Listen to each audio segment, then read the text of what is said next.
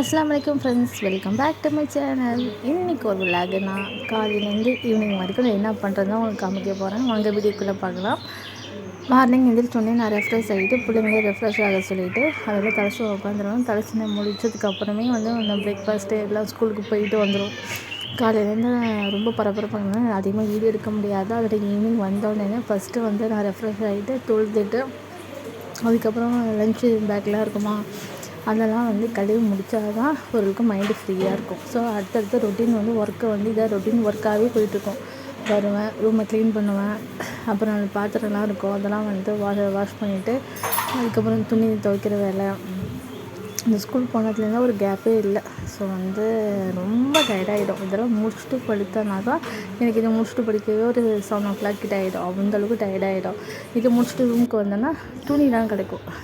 காய்ஞ்ச துணி காலையில் நைட்டே துவைச்சி போட்டோன்னா காலையில் ஃபுல்லாக வெயிலில் கிடைக்கும்.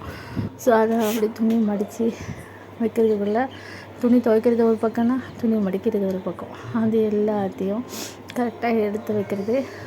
அன்றைக்கி அந்த டே அந்த நைட்டில் ஆஃப்டர் நைட்டு அதுவே போயிடும்.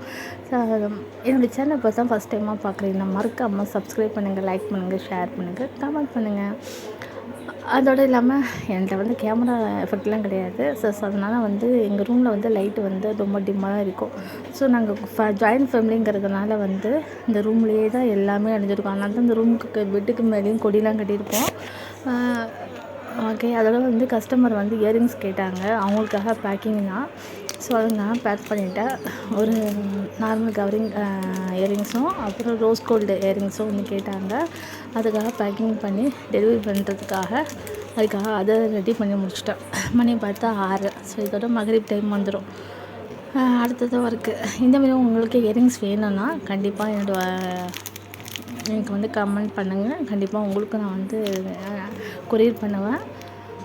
அதோட என்ன இமேஜஸ்லாம் வேணால் எனக்கு செப்பரேட்டாக குரூப் வச்சுருக்கேன் ரீசெல்லிங் பண்ணுறதுக்காக. ஸோ அந்த குரூப்பில் நீங்கள் ஜாயின் பண்ணிக்கலாம். அந்த லிங்க்கை ஃபஸ்ட் கமெண்டில் நான் பிரிண்ட் பண்ணுறேன், அதில் ஜாயின் பண்ணிக்கோங்க. ஸோ இந்த பிஸ்னஸும் அதுலேயும் பண்ணிகிட்ருக்கேன்.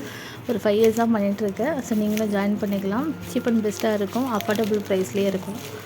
அதோட டைம் ஆகிட்டே இருக்குது.